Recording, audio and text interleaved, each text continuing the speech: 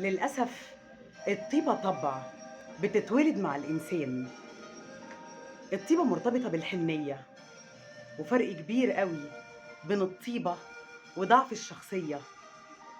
الطيبة حاجة جميلة قوي، ولكن اكتشفت إن هي بتكون حاجة جميلة مع ناس معينة. هي عيب حقيقي مش ميزة، عشان هم هيستغلوا ده وهيفتكروه ضعف.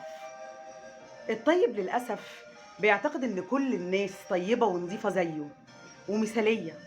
مش متوقع أبدا إن الناس اللي أمن لهم واداهم الأمان وادوله العشم إن هم ممكن يأذوه في يوم من الأيام، أو حتى إن هم ممكن يضروه.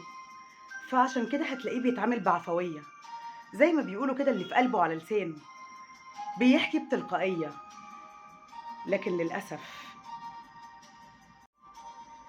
أما بيدخل الحياة وبيعاشر الناس وبيبدأ يطلع على الدنيا واللي فيها، بيتصدم جامد قوي.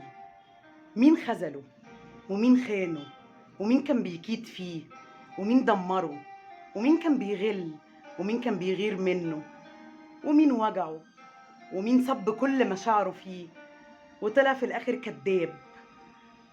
مين كان بيقول له كلام كويس وحلو بس من ورا قلبه كله كذب عشان يشوه صورته وبس.